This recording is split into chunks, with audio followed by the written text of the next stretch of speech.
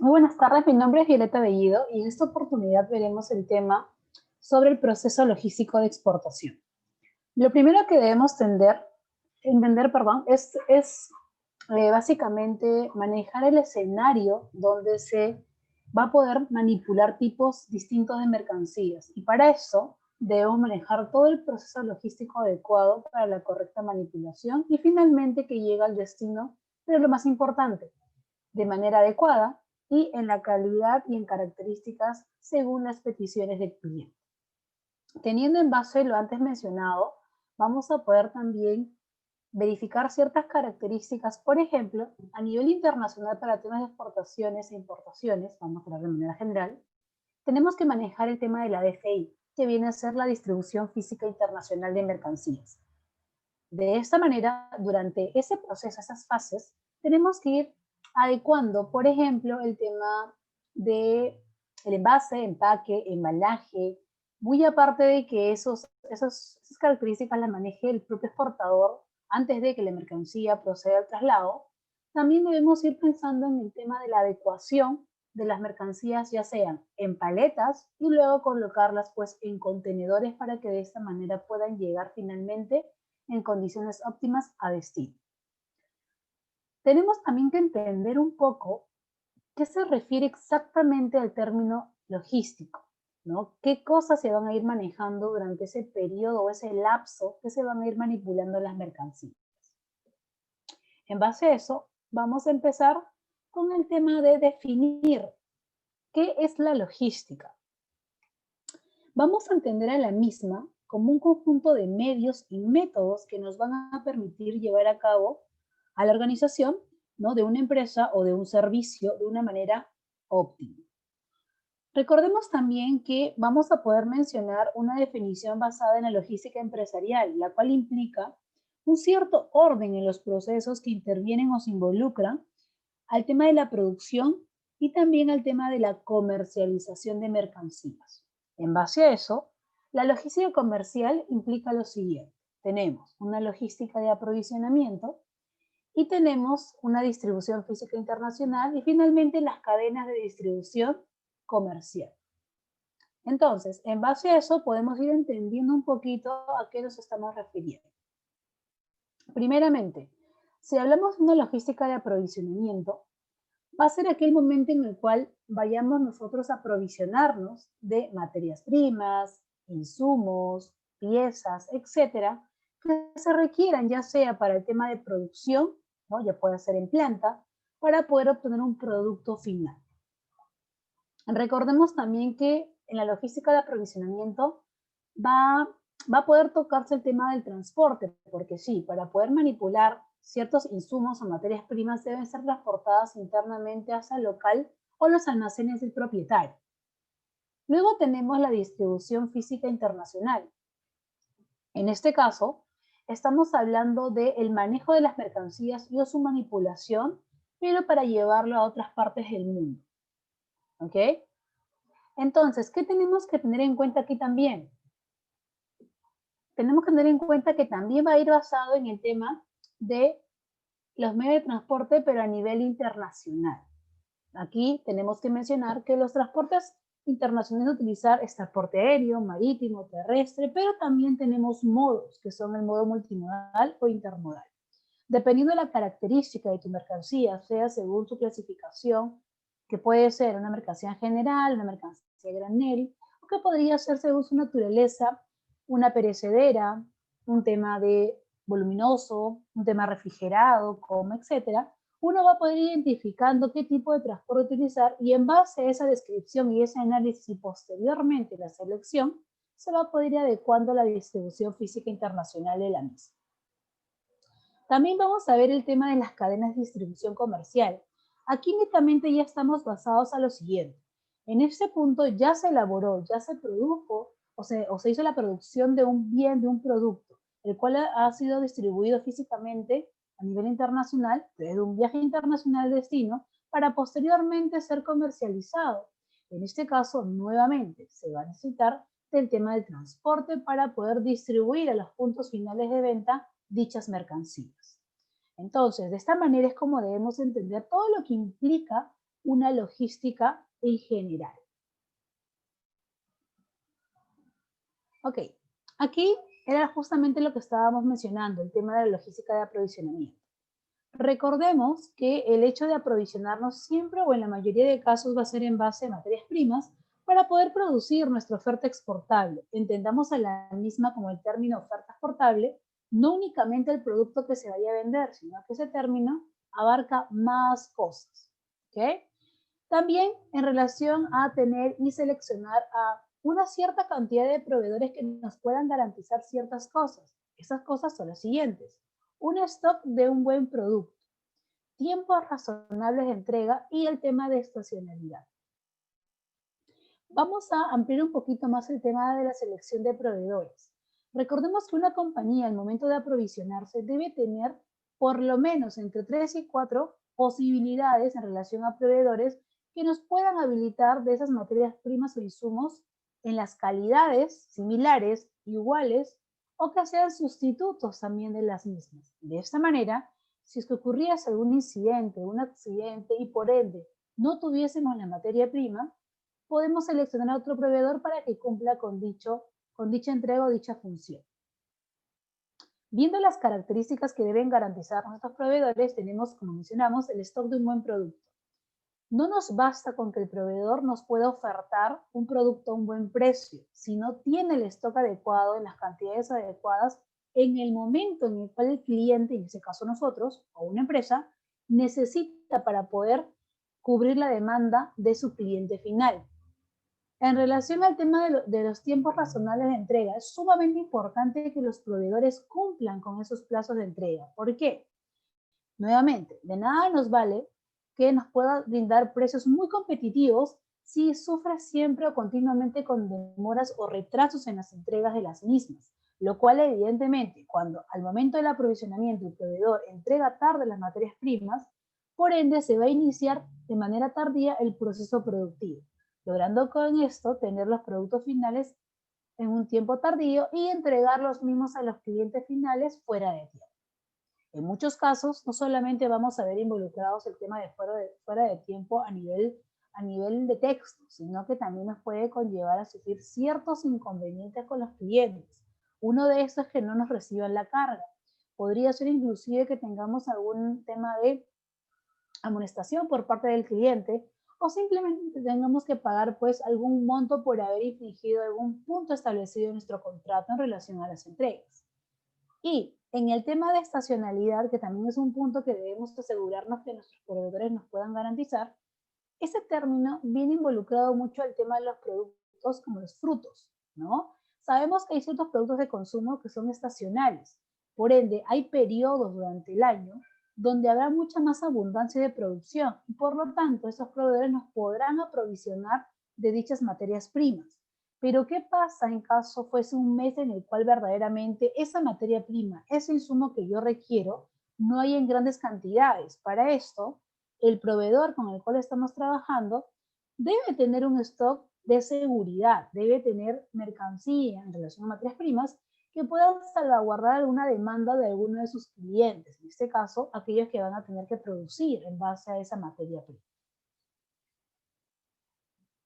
Ok, en relación a la distribución física internacional, o más conocida como la DFI, recordemos aquí que vamos a sumar un conjunto de esfuerzos que el objetivo aquí es llevar un producto desde un país de origen hacia un país de destino, pero no únicamente en el traslado, sino manejar cada una de las fases hasta el punto donde llega la mercancía, tratando de que ese producto, ese bien llegue en óptimas condiciones. Aquí debemos mencionar algo sumamente importante y es el uso de los Incoterms. Aquí también vamos a ampliar un poquito el tema de los Incoterms, ya que es un tema muy importante. Recordemos que los mismos no son leyes, no son normas, vienen a ser un lenguaje internacional que manejamos todos los que trabajamos en comercio exterior. Por ende, van a disponer de ciertos temas de riesgos, ciertos temas de costeo y documentación, los cuales van a ser establecidos para ver quién asume los mismos, si los exportadores o los importadores.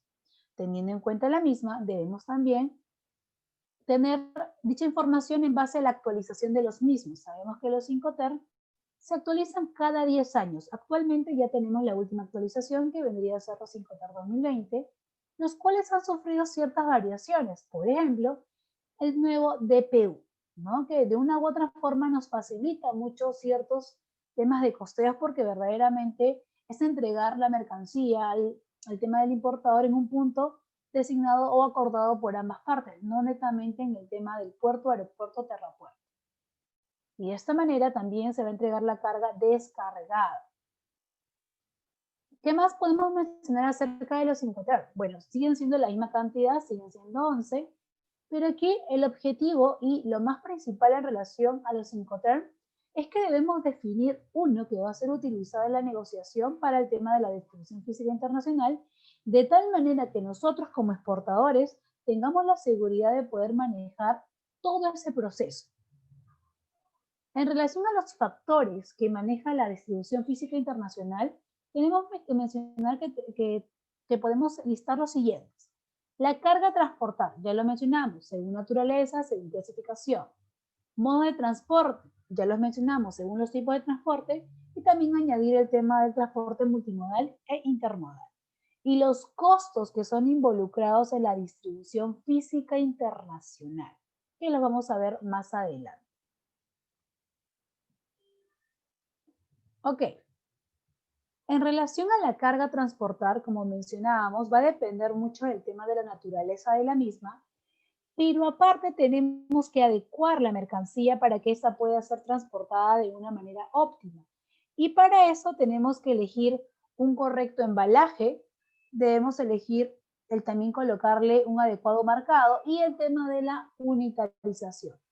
A primera instancia, el tema del embalaje, recordemos como definición que va a ser aquel que protege la mercancía, ¿no? Durante el viaje internacional, inclusive no únicamente durante el viaje, sino también en los almacenes cuando se manipula la misma, tanto en origen como en destino.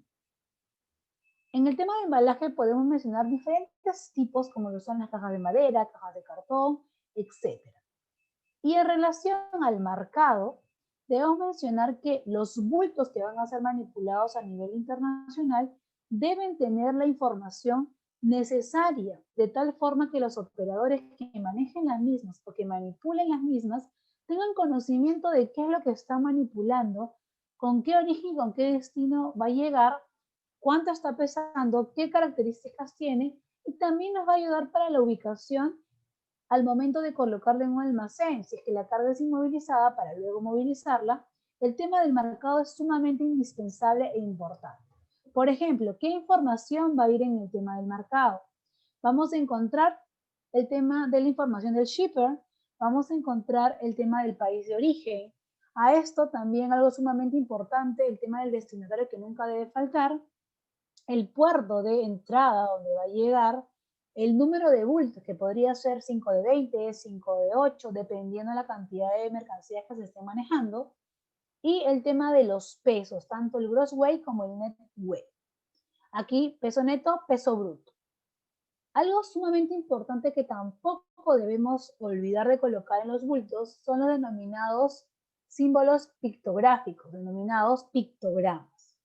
Estas simbologías nos van a ayudar a poder dar información a aquellas personas que están involucradas con el constante manipuleo de nuestras cargas. Por ejemplo, si vemos un tema de pictograma de una copa, si vemos un pictograma de un paraguas, de una casita con sol, de dos flechas hacia arriba, cada una de estas imágenes o símbolos tienen un significado. Por ejemplo, ¿no?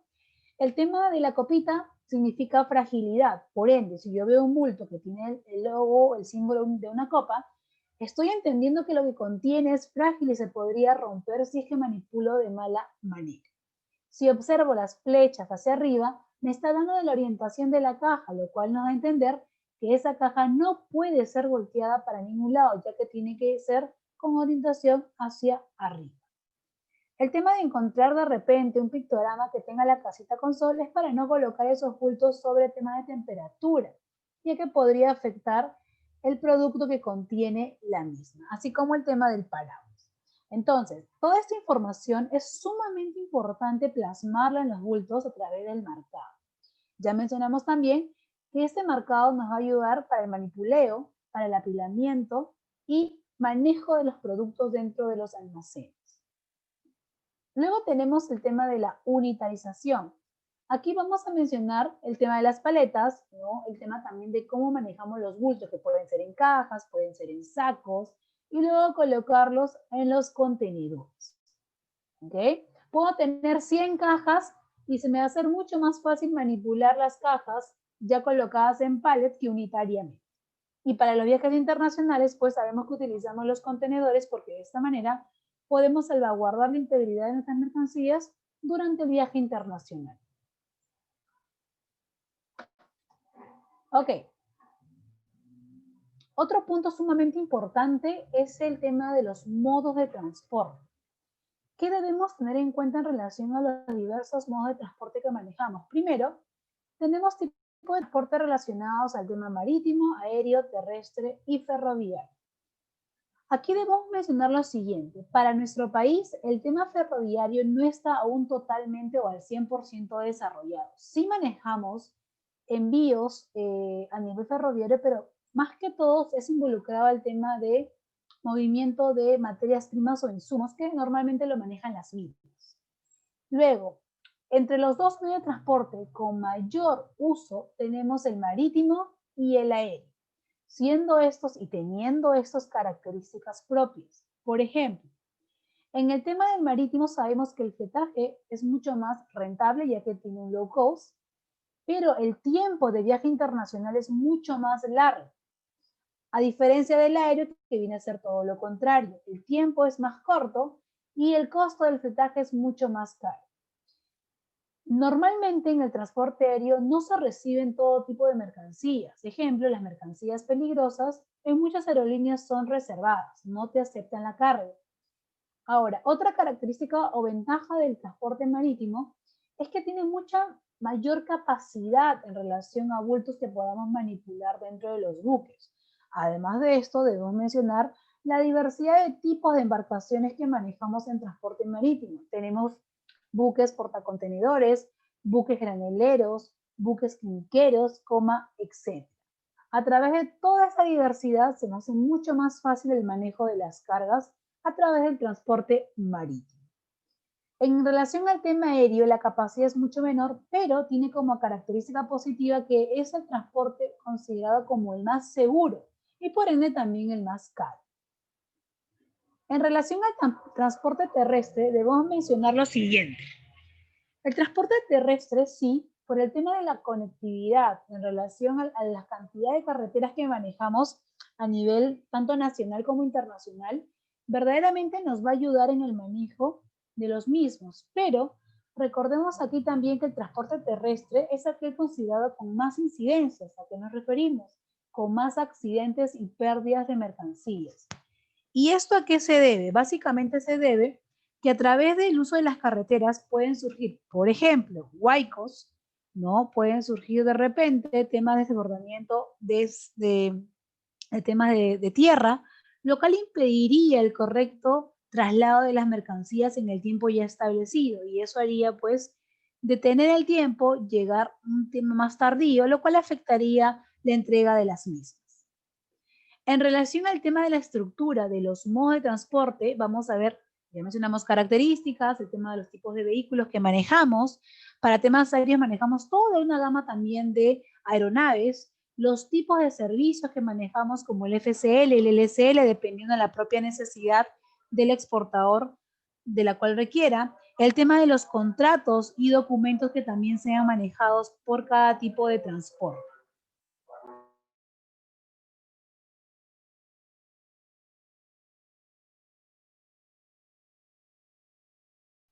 Otro punto también muy importante en relación a los medios de transporte es la correcta selección en relación al tipo adecuado de transporte que vayamos a manejar. Por ejemplo, si yo voy a manipular mercancías perecibles, lo más recomendable es que esas mercancías viajen en temas aéreos, por el corto tiempo de vida que podría denominarse el traslado de las mismas, ¿no? Para que lleguen en óptimas condiciones a destino.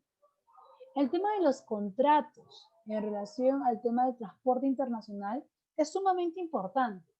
Tenemos documentos de transporte dependiendo del tipo de transporte. Aquí mencionamos algunos. En relación al marítimo tenemos el conocimiento de embarque, también denominado Bill of Lading. Tenemos el aéreo, el airwheel, tenemos el terrestre, la carta aporte, ¿no? Que también va a ser manejado por el ferroviario. Y a nivel de modo de transporte, que es el multimodal, tenemos el Fiat Bill of Lading. Cada una de estas tiene sus propias características. Recordemos toda la información que va a ir involucrada en relación a fletaje, cobros extras, ¿no? La forma de pago también de los fletes, que todo va a ir pactado en el contrato y documento de transporte. A ver.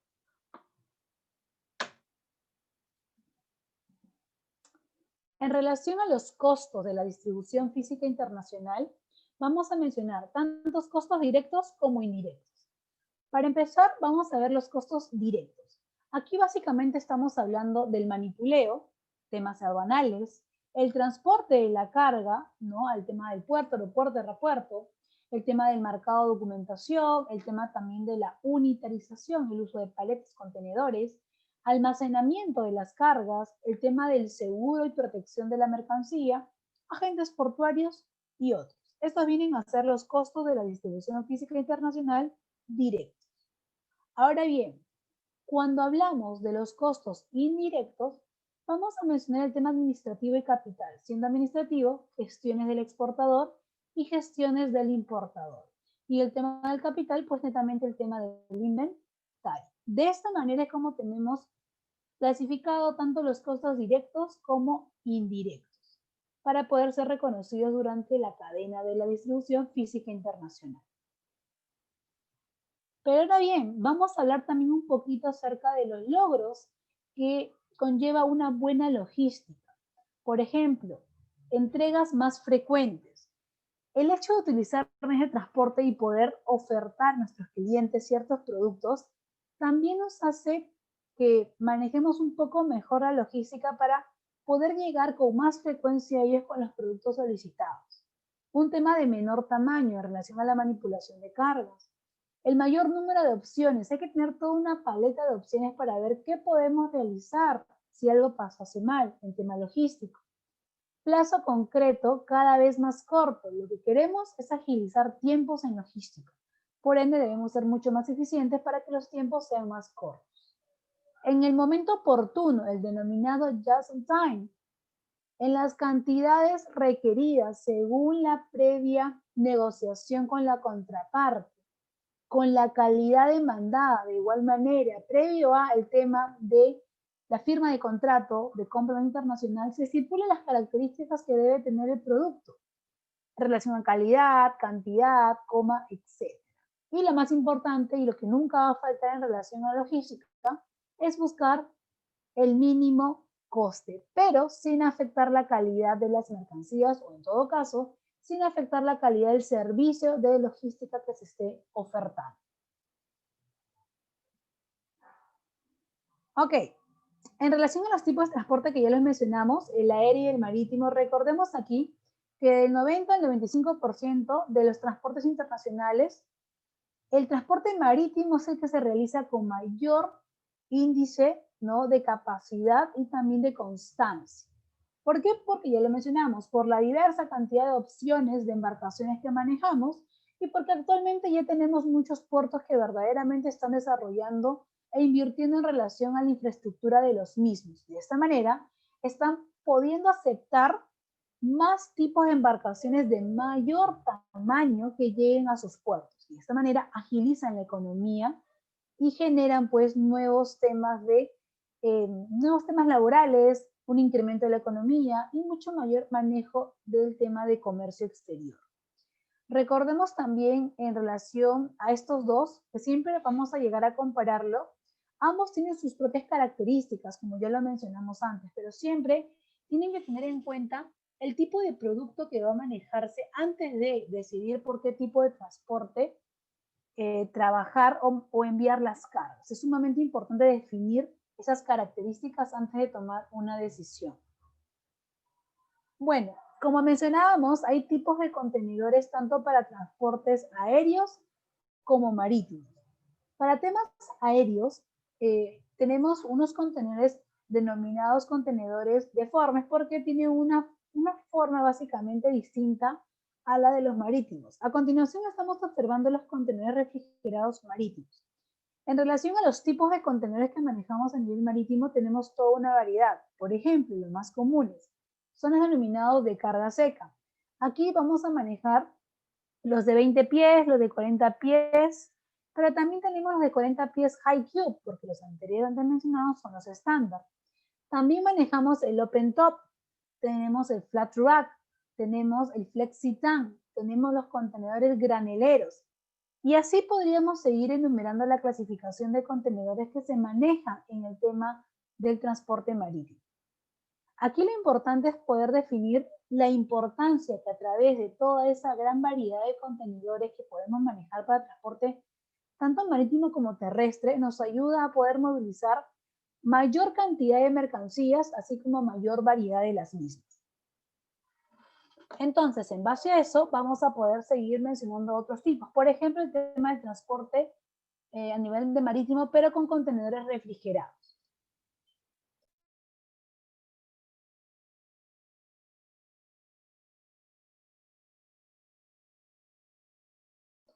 Ok, entonces, para el tema del uso de contenedores marítimos, un contenedor muy utilizado es el tema del contenedor refrigerado. Y esto, podemos indicar, dependiendo del tipo de mercancía que vayan a ser manipulados y por ende que requiera cierta temperatura para que llegue a destino.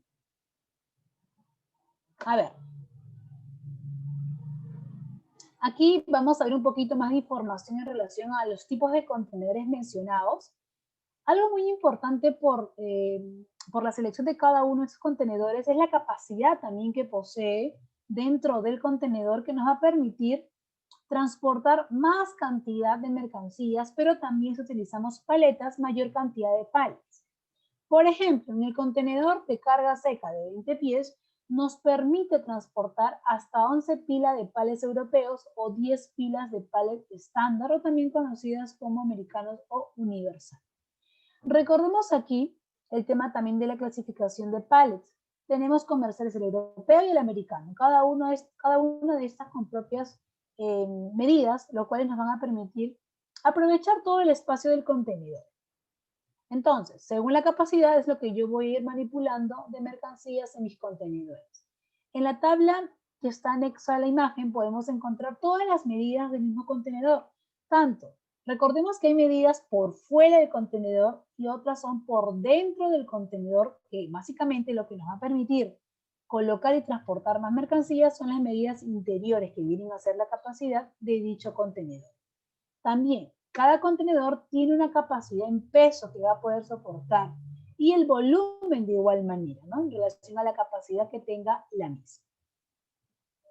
Aquí podemos observar otro tipo de contenedor que es el de 40 pies, nuevamente estándar, pero si nos percatamos en este caso, la capacidad de la misma nos permite transportar hasta 25 pilas de pallets europeos, ¿no? A más grande el tema del contenedor, tanto sea para altura, esa diferencia hace que puedan ingresar mucha mayor cantidad de paletas.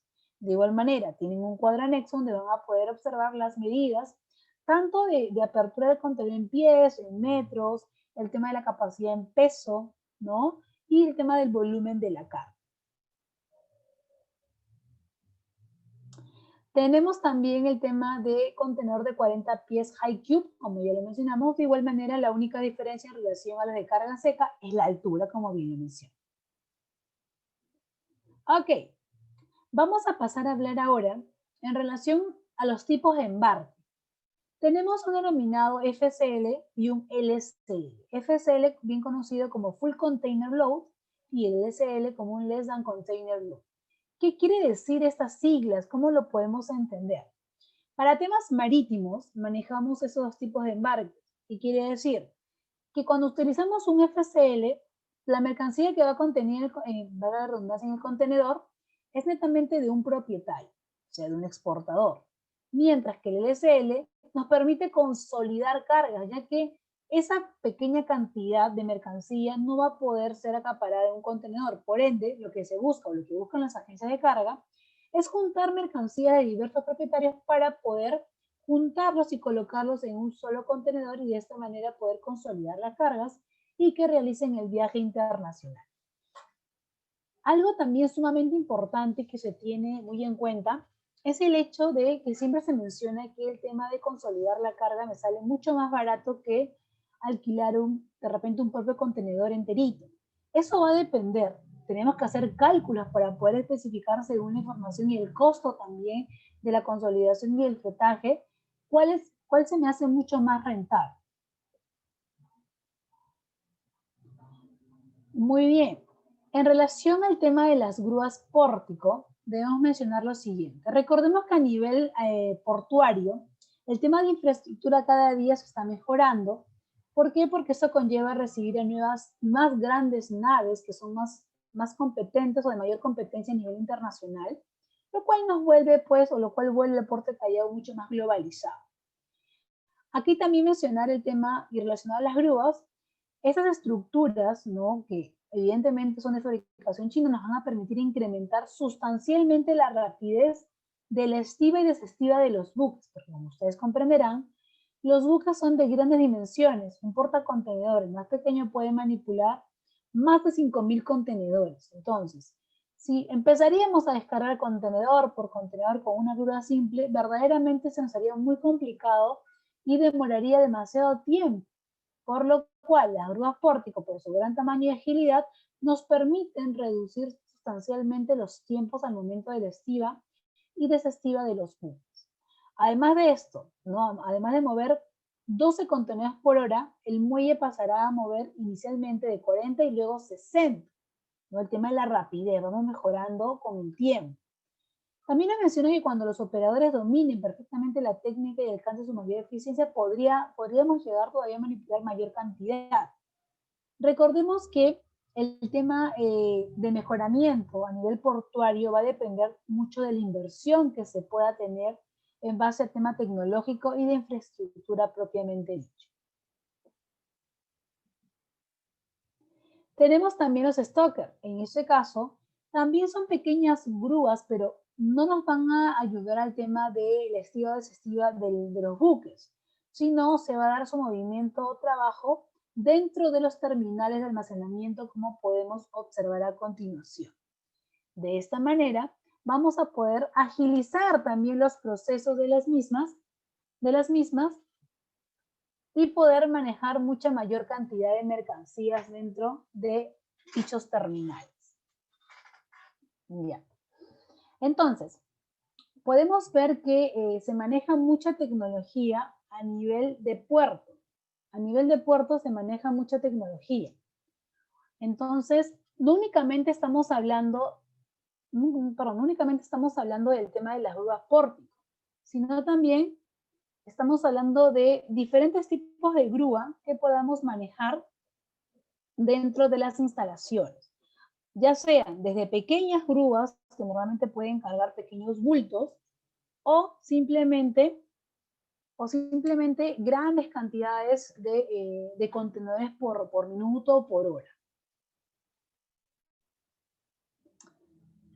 Algo sumamente importante es poder elegir y encontrar a nuestro agente adecuado para de esta manera poder hacer todo el tema del proceso de una manera eficiente. Para esto debemos tener dos criterios sumamente importantes a tener en cuenta al momento de la selección de nuestro agente de aduanas.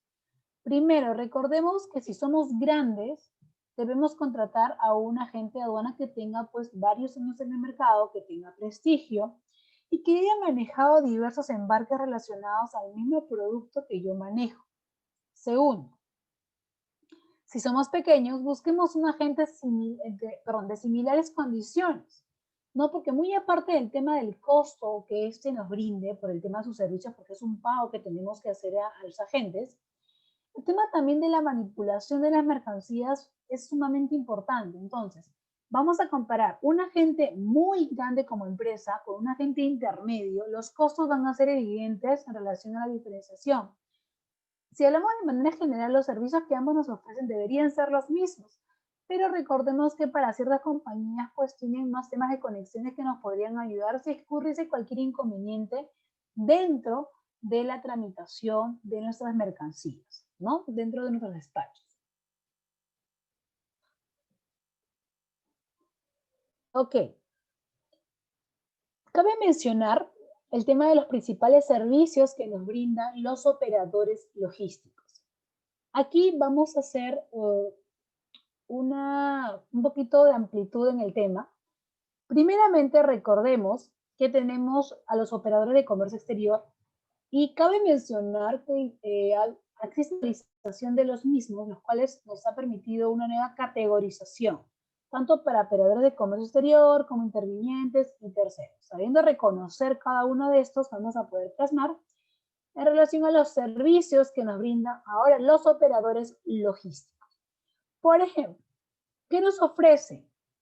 Posicionamiento del contenedor, llenado del mismo con cuadrilla en el terminal. Cuadrilla vino a ser un grupo de 4 personas que se encarga de colocar las mercancías dentro del contenedor, por lo cual también se paga porque es un servicio. Transporte de planta a terminal. Este es opcional. Tenemos el manipuleo del contenedor lleno y pesaje de la carga a su salida del puerto. Además de esto, también podemos mencionar el tema de la movilización del contenedor lleno hasta el costado del buque para su correspondiente embarque. Aquí de repente se nos viene a la mente un incontar, que es el FAS, el Free Alongside Ship.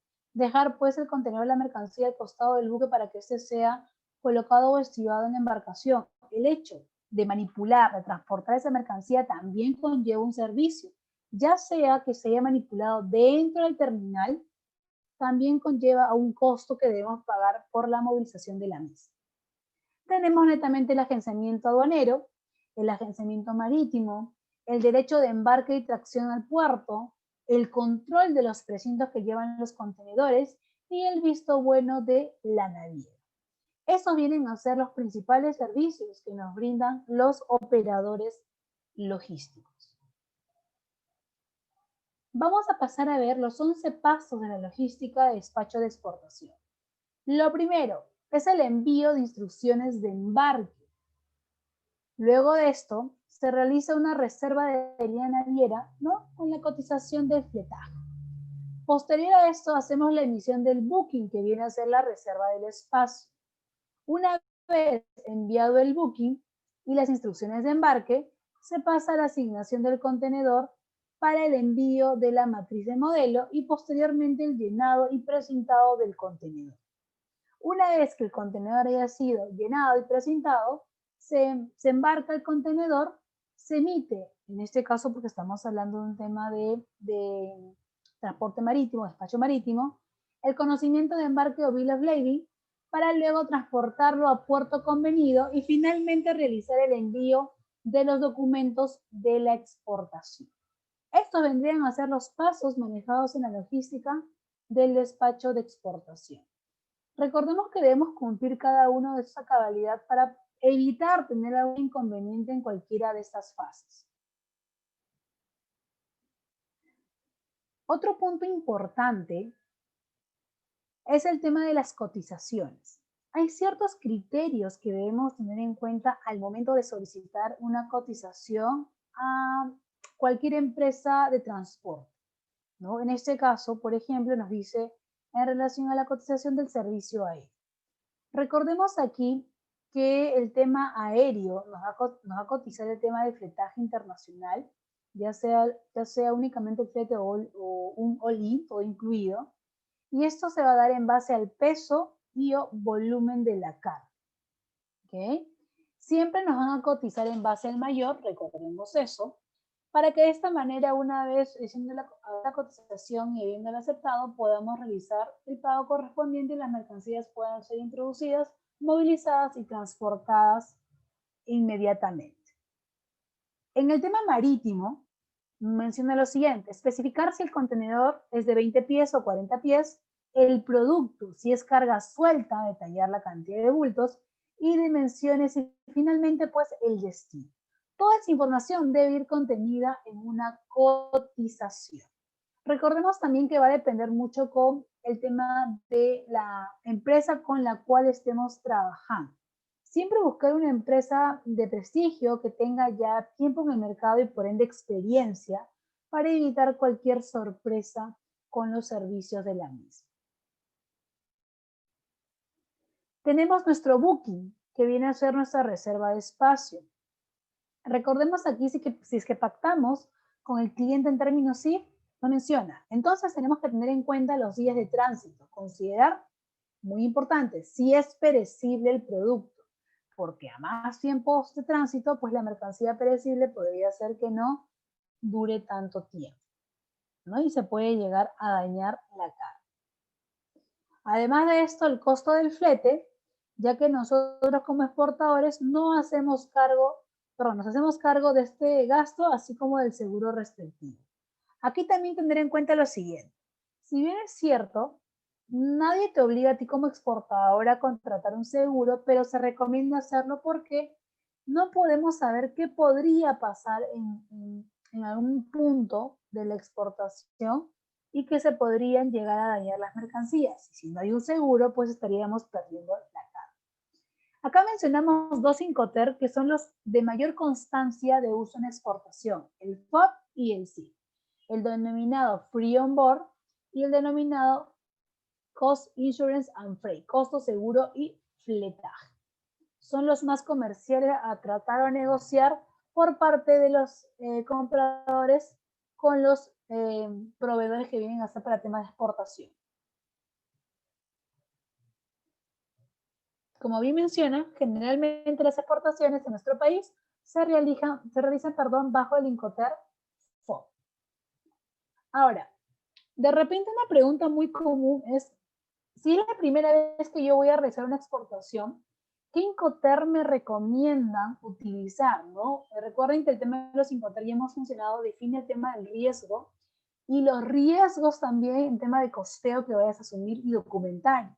Entonces, al elegir un Incoterm mucho más complicado, ejemplo, el DDP, que consiste en llevar la carga hasta el destino y entregarla al importador en sus almacenes, casi en sus manos, lo que significa es que yo como exportador me tengo que encargar de toda esa logística, tanto en mi país como internacional, para que esa mercancía llegue en óptimas condiciones a destino.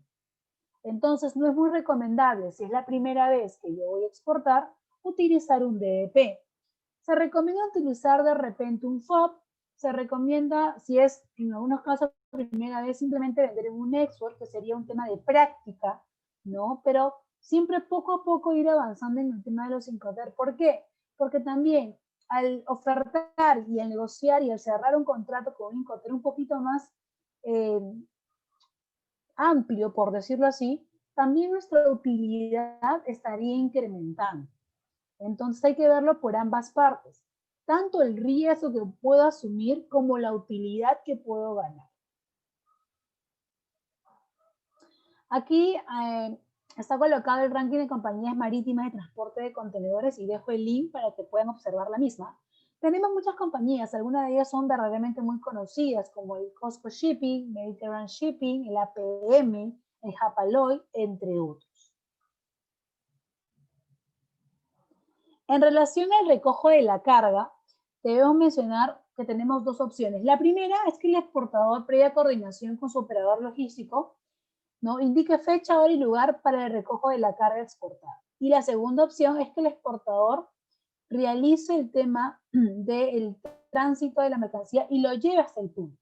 Va a depender de cómo se haya negociado ante el operador y el tema del exportador, ¿no?, el manejo de las mercancías.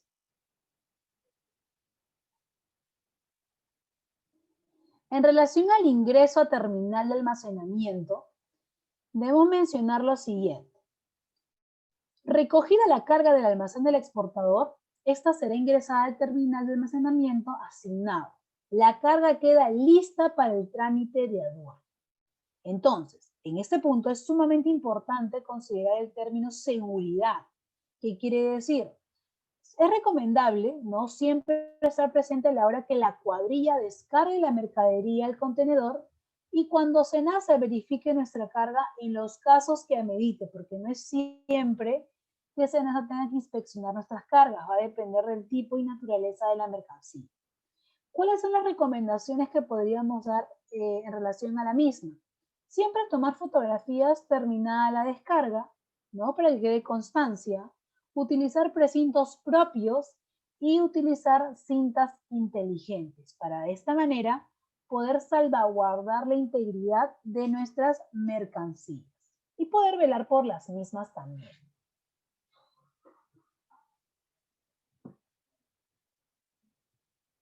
En relación al trámite de aduana, tenemos que mencionar lo siguiente.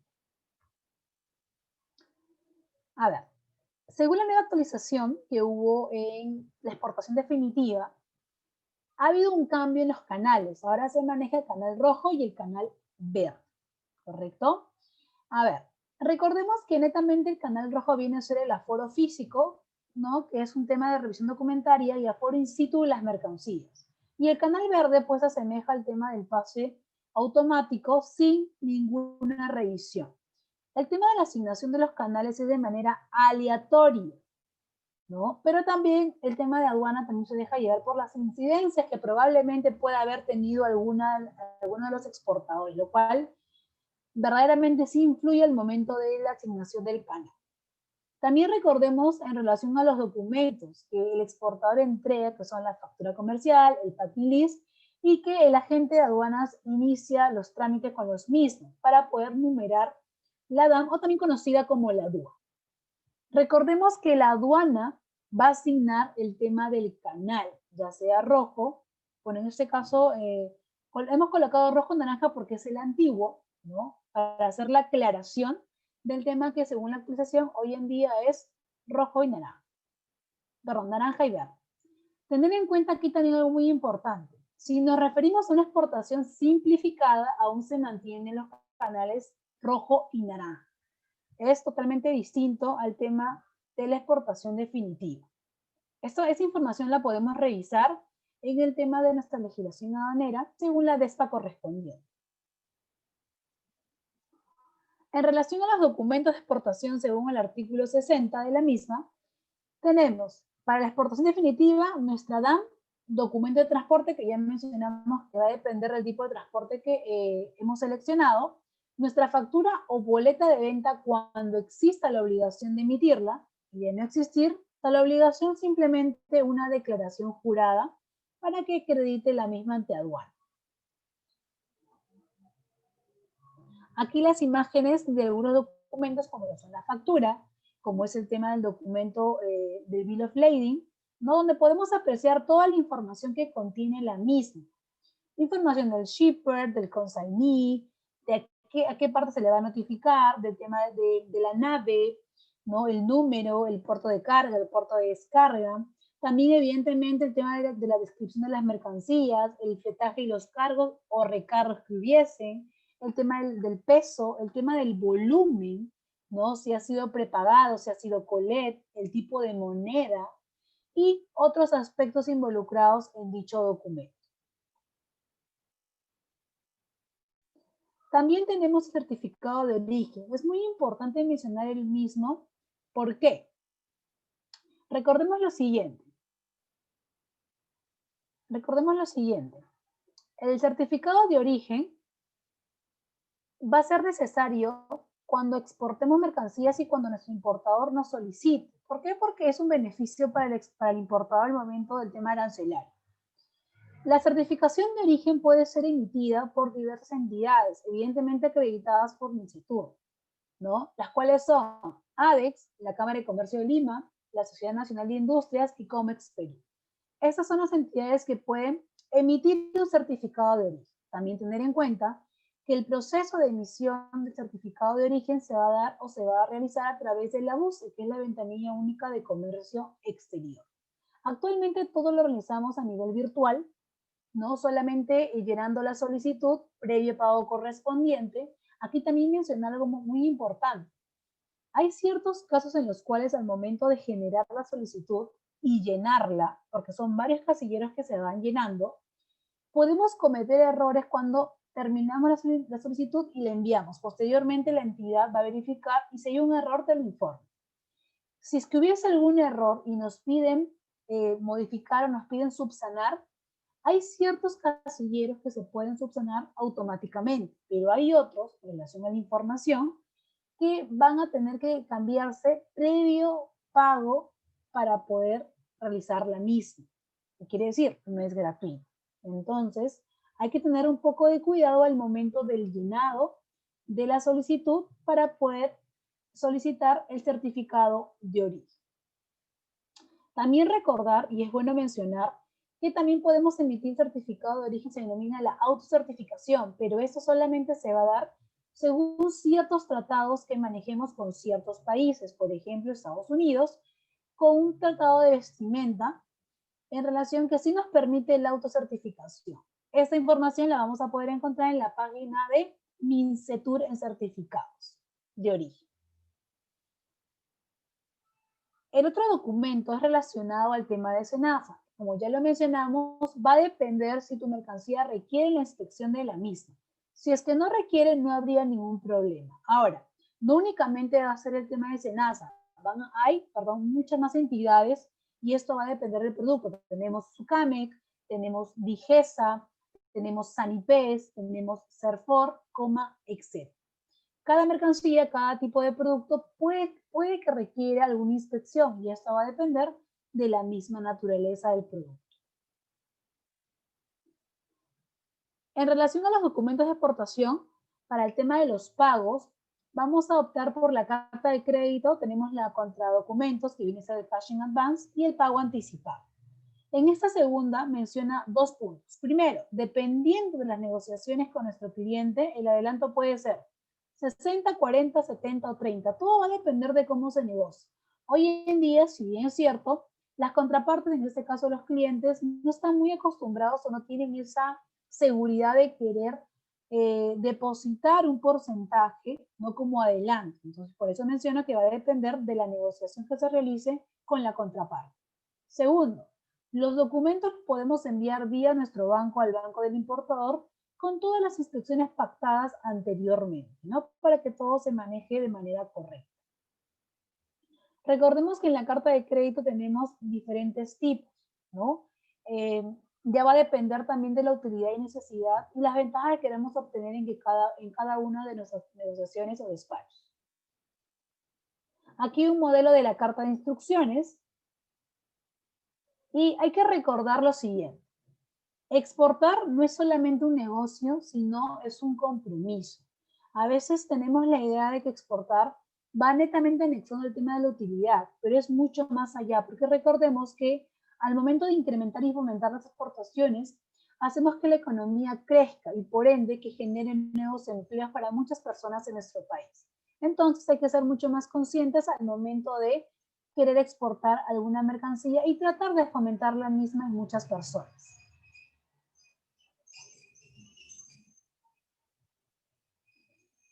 Bueno, esperando que la información haya sido de su agrado y verdaderamente les pueda ayudar en algo, recuerden que van a poder encontrar mucha más información acerca del proceso logístico de exportación, así como de la exportación definitiva, simplificada, del uso también del tema del exporta fácil. Todo lo vamos a poder encontrar en nuestra legislación de aduanas, también según la DEFA correspondiente, y también recomiendo estar actualizados según las nuevas modificaciones que han venido surgiendo y que van a venir todavía en relación a temas de comercio exterior. Siendo todo esto por mi parte, me despido. Será hasta otra oportunidad. Muchas gracias.